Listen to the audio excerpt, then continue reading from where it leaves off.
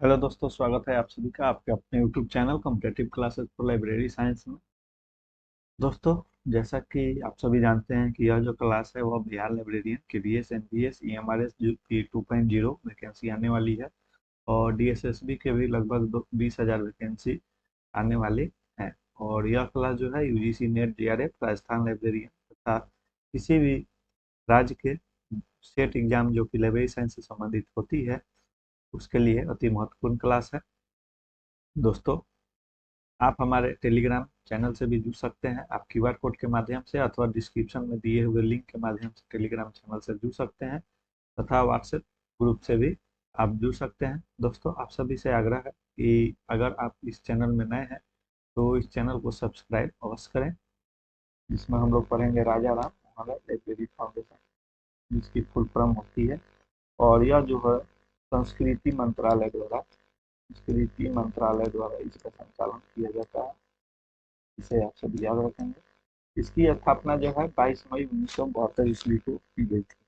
ठीक है, क्योंकि इसकी स्थापना RRRL की भारत में ही हुई थी। राजा राम मोहन राय लाइब्रेरी फाउंडेशन इसकी फुल फॉर्म है और इसकी स्थापना 22 मई 1972 ईस्वी में हुई थी। और मुख्य बात अगर इसकी हम लोग करें तो यह संस्कृति मंत्रालय के अंतर्गत आती है।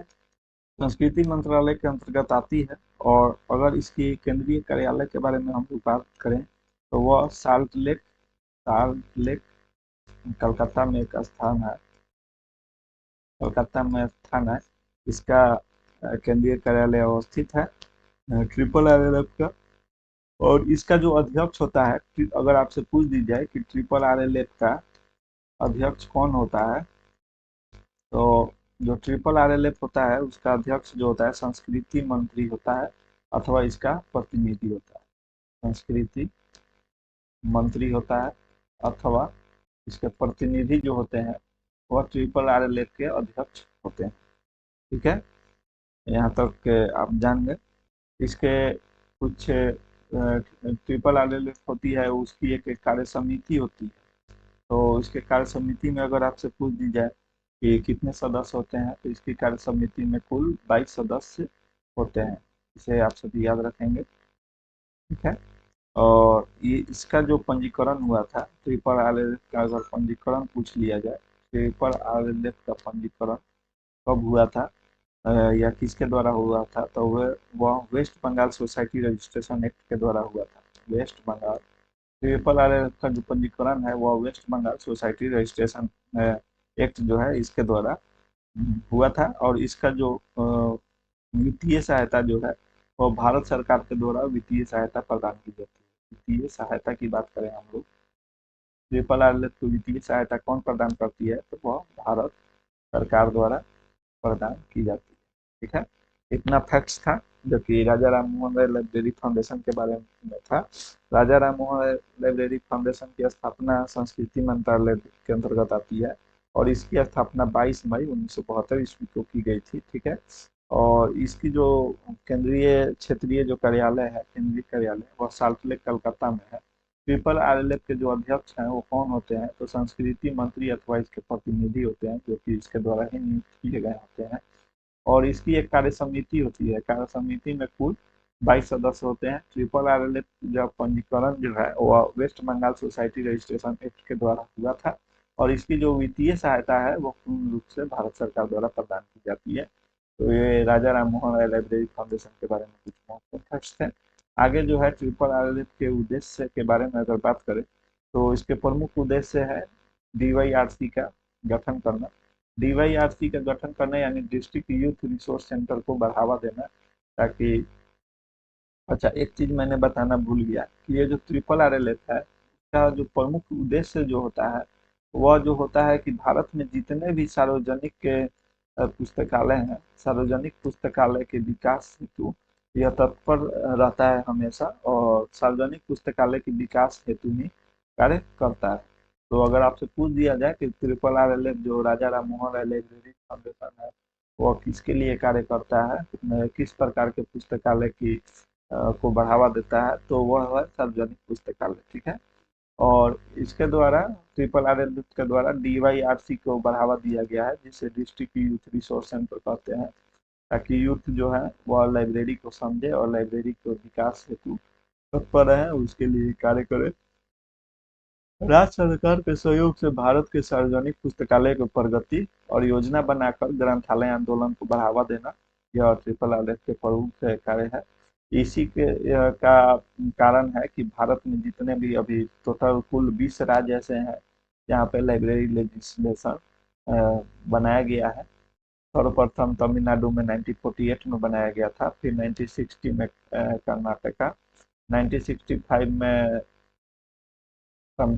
तमिलनाडु हो गया, कर्नाटका हो गया, आंध्र प्रदेश, फिर 1967 महाराष्ट्र, और 1967 के बाद 1979 में कोलकाता द्वारा लाइब्रेरी अधिनियम पारित किया गया था। 1979 के बाद अगर हम लोग बात करें तो 1988 में मणिपुर, ठीक है, 1989 में, 1993 में गोवा और मिजोरम। फिर इसके बाद में बिहार की बात करें तो बिहार में 2008 ईस्वी में बिहार में भी लाइब्रेरी लेजिस्लेशन पारित किया गया था। उसी प्रकार यूपी की बात करें तो 2006 ईस्वी में, और गुजरात और उड़ीसा की बात करें तो 2001 ईस्वी में लाइब्रेरी लेजिस्लेशन पारित किया गया था, जिसमें ट्रिपल आर की महत्वपूर्ण भूमिका रही है। तो इन तथ्य को याद रखेंगे आप सभी।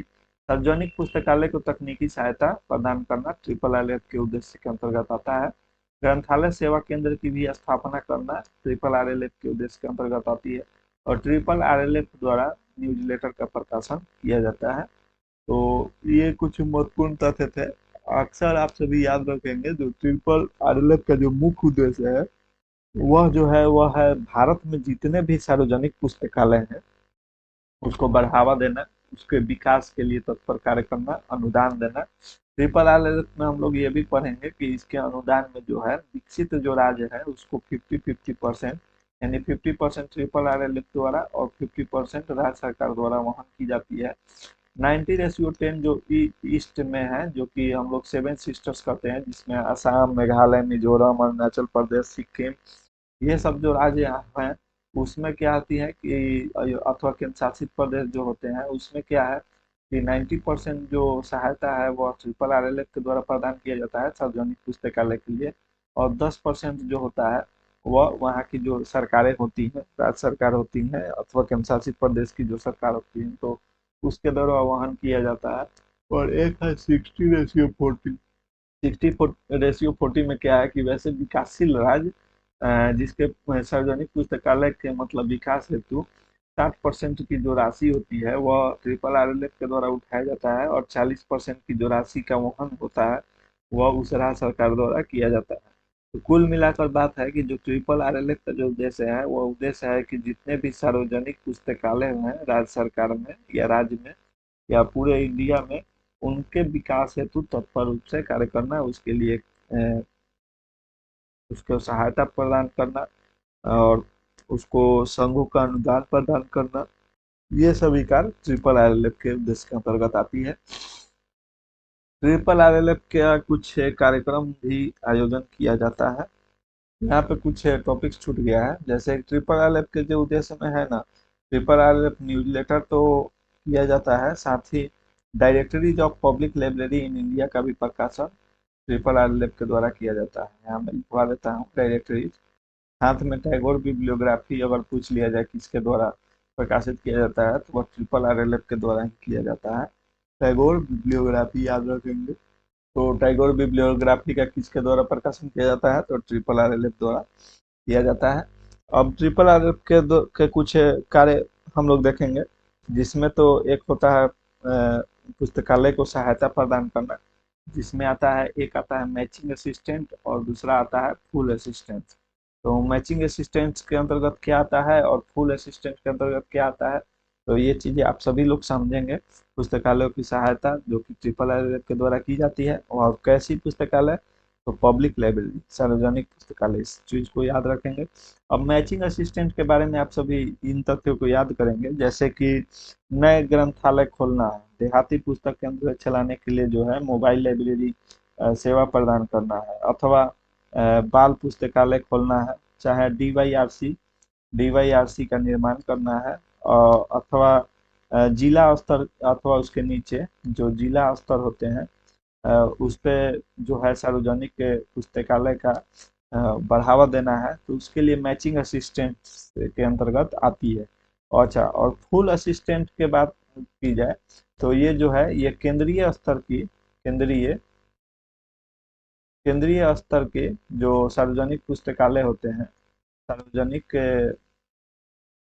पुस्तकालय होती है, उसके विकास हेतु जो कार्य किया जाता है, जिसमें कि होता है कि केंद्रीय अनुदान से चलने वाली जो पुस्तकालय है उसको सहायता प्रदान करना, बाल पुस्तकालय को बढ़ावा देना, बाल पुस्तकालय जो चलाया जाता है उसको बढ़ावा देने हेतु, तो इसमें जो होता है वो फुल असिस्टेंस का प्रयोग किया जाता है। इसमें क्या होता है कि जो केंद्रीय क्रय के माध्यम से राज्य जो होती है वह केंद्रीय पुस्तकालय एवं जिला स्तर के पुस्तकालय को पुस्तक की सहायता एवं जिला स्तर के पुस्तकालयों को पुस्तक की सहायता प्रदान करती है, तो वह फुल असिस्टेंट के अंतर्गत आती है। ठीक है, और मैचिंग असिस्टेंट बता दिए, और इसके अंतर्गत क्या है, तो बाल भवन का निर्माण हो गया, डीवाईआरसी का गठन करना हो गया, अथवा वर्कशॉप सेमिनार अथवा पुस्तक प्रदर्शनी जैसे लग गया तो उस प्रकार की सहायता करना, तो वह जो है वह मैचिंग असिस्टेंस के अंतर्गत आती है। ठीक है, अब पुस्तकालय संघों को अनुदान, यह भी ट्रिपल आर का कार्य है। इसके अंतर्गत क्या होता है कि जितने भी राज्य पुस्तकालय संघ है, जैसे कि मैंने बताया कि 1948 तमिलनाडु, फिर मैंने बताया कि 1967 महाराष्ट्र, फिर बताया 1965, फिर मैंने ये भी बताया कि उड़ीसा, गुजरात जो कि 2001 ईस्वी में इसका लाइब्रेरी एसोसिएशन बना, फिर 2008 ईस्वी में बिहार की बात करें। ऐसे मैंने पिछले जो क्लास है मेरा प्रथम या द्वितीय क्लास देखिएगा, तो उसमें मैंने जितने भी लाइब्रेरी संघ जिसमें मैंने लाइब्रेरी एसोसिएशन के बारे में पढ़ाया है, तो वहाँ ये सभी चीज़ें मैंने विस्तार पूर्वक बताया है। तो जितने भी पुस्तकालय संघ है यानी लाइब्रेरी एसोसिएशन है, राज्य स्तर पर हो या केंद्रीय स्तर पे हो, उसे अनुदान यानी समय समय पे आर्थिक सहायता प्रदान की जाती है ताकि उन पुस्तकालयों का विकास हो सके, तो यह ट्रिपल आर एल एफ के कार्यक्रम के अंतर्गत आती है। ठीक है, पुस्तकालय अधिनियम, तो पुस्तकालय अधिनियम को लागू करवाने में ट्रिपल आर एल एफ का बहुत ही महत्वपूर्ण भूमिका होती है। ये चीजें मैं पहले भी एक्सप्लेन कर चुका हूँ आप सभी को।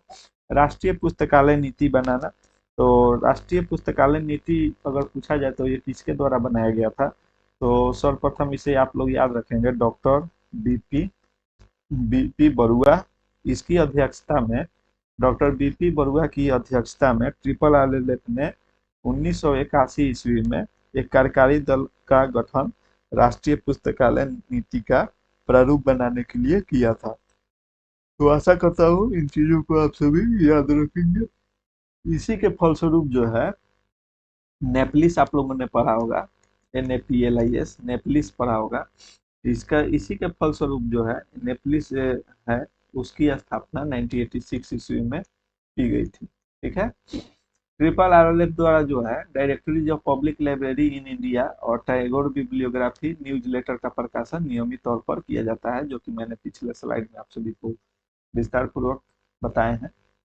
तो दोस्तों यह कुछ महत्वपूर्ण फैक्ट्स में हम लोगों ने आज पढ़ा, इफ्ला के बारे में पढ़ा, फिर से उसके बाद हम लोगों ने यूनेस्को के बारे में पढ़ा, फिर उसके बाद हम लोगों ने ट्रिपल आरएलएफ के बारे में पढ़ा, और एक बार पुनः हम लोग ट्रिपल आरएलएफ का रिविजन कर लेते हैं। ट्रिपल आरएलएफ की बात करें तो इसका फुल फॉर्म राजा राम मोहन राय लाइब्रेरी फाउंडेशन होती है। यह संस्कृति मंत्रालय के अंतर्गत आती है। इसकी स्थापना 22 मई 1972 ईस्वी में हुई थी। ठीक है, इसकी जो क्षेत्रीय कार्यालय है मेन वह है साल्ट लेक कलकत्ता में है। ट्रिपल आरएलएफ के अध्यक्ष अगर पूछ दी जाए कि कौन होते हैं, तो वह संस्कृति मंत्री होते हैं अथवा इसके प्रतिनिधि होते हैं, और इसके एक कार्य समिति होती है जिसमें कुल 22 सदस्य होते हैं। आपको पूछ दी जा सकती है परीक्षा में, आपसे पूछ देंगे कि ट्रिपल आरएलएफ में की कार्य समिति में कितने सदस्य होते हैं, तो ऑप्शन दे देंगे 19, 20, 21, 22, 24, नॉन ऑफ दीज, तो 22 सदस्य होते हैं। इसे याद रखेंगे। ट्रिपल आरएलएफ का जो पंजीकरण हुआ है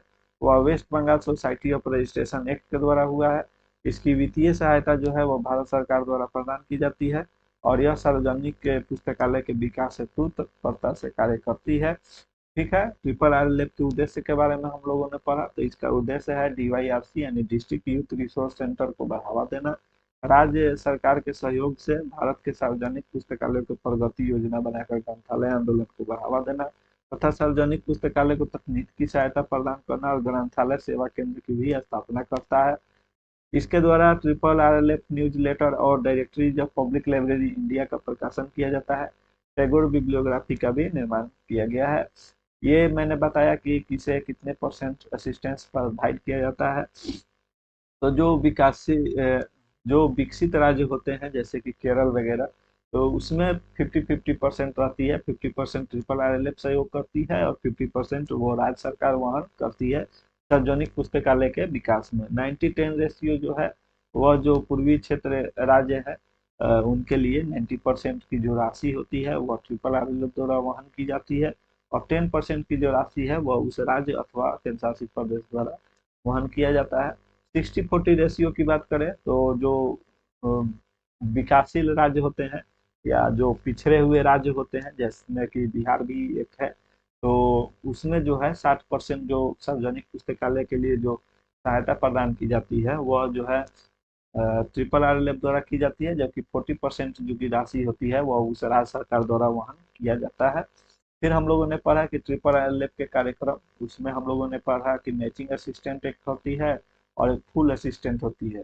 तो जो जिला स्तर पे होती है अथवा जो बाल ग्रंथालय वगैरह खोलने पुस्तकालय और DYRC जो है उसका निर्माण वगैरह के लिए वह मैचिंग असिस्टेंट के द्वारा आती है। इसके द्वारा वर्कशॉप, सेमिनार और पुस्तक प्रदर्शनी की सहायता की जाती है। ठीक है, और इसमें जो है फुल असिस्टेंट में वो केंद्रीय स्तर की पुस्तकालय जो कि जिला स्तर तक पहुंचाई जाए उसके लिए सहायता प्रदान की जाती है। फिर से केंद्रीय अनुदान से अनुदान से जो पुस्तकालय चलती है उसके लिए सहायता प्रदान की जाती है, वो फुल असिस्टेंट के अंतर्गत आती है। तो इस चीज़ों को याद रखेंगे। अथवा कुछ स्वैच्छिक संस्थान होती है जो कि सार्वजनिक पुस्तकालय चलाने के लिए सहायता प्रदान करती है, तो वह फुल असिस्टेंस के अंतर्गत आती है। फिर हम लोगों ने पढ़ा कि पुस्तकालय संघों को अनुदान, यानी पुस्तकालय संघ बनाया गया और उसको अनुदान चलाने के लिए, जैसे कि मान लीजिए महाराष्ट्र लाइब्रेरी एसोसिएशन बना तो उसको चलाने के लिए अनुदान की राशि चाहिए, तो वह ट्रिपल RLF के द्वारा प्रदान की जाती है। ठीक है, फिर पुस्तकालय अधिनियम बनाने में ट्रिपल RLF का योगदान रहता है। राष्ट्रीय पुस्तकालय जिस प्रकार से यूनेस्को का प्रयोग अंतर्राष्ट्रीय स्तर पे होता है, यानी कि वह सभी देशों को असिस्टेंस प्रोवाइड करती है सार्वजनिक पुस्तकालय के विकास में, उसी प्रकार ट्रिपल RLF का जो है रोल जो है वह इसी के समकक्ष है। और यह जो है भारत में यानी भारत सरकार द्वारा यानी भारत के सार्वजनिक पुस्तकालय के विकास हेतु ट्रिपल RLF कार्य करती है। राष्ट्रीय पुस्तकालय नीति का डॉक्टर DP बरुआ की अध्यक्षता में किया गया 1981 में, और इसी का ही निष्कर्ष था कि डॉक्टर DP चट्टोपाध्याय द्वारा नेपलिस की स्थापना 1986 ईस्वी में की गई थी। ट्रिपल RLF द्वारा directory of public library India और टैगोर बिब्लियोग्राफी और न्यूज लेटर का प्रकाशन नियमित तौर पर किया जाता है। तो याद रखेंगे ट्रिपल RLF द्वारा directories of public library in India, Tagore bibliography और न्यूज लेटर का प्रकाशन नियमित तौर पर किया जाता है। ठीक है, तो दोस्तों इतना हम लोगों ने ट्रिपल RLF के बारे में पढ़ा। तो थैंक यू दोस्तों, thank you for watching competitive classes for library science. और आप सभी से निवेदन है कि इस चैनल को अभी तक सब्सक्राइब नहीं किया है तो सब्सक्राइब करें, लाइक करें और दोस्तों के बीच शेयर करें, और कमेंट के माध्यम से कोई भी प्रश्न अथवा डाउट हो या सजेशन हो तो वो दे सकते हैं। धन्यवाद, धन्यवाद दोस्तों।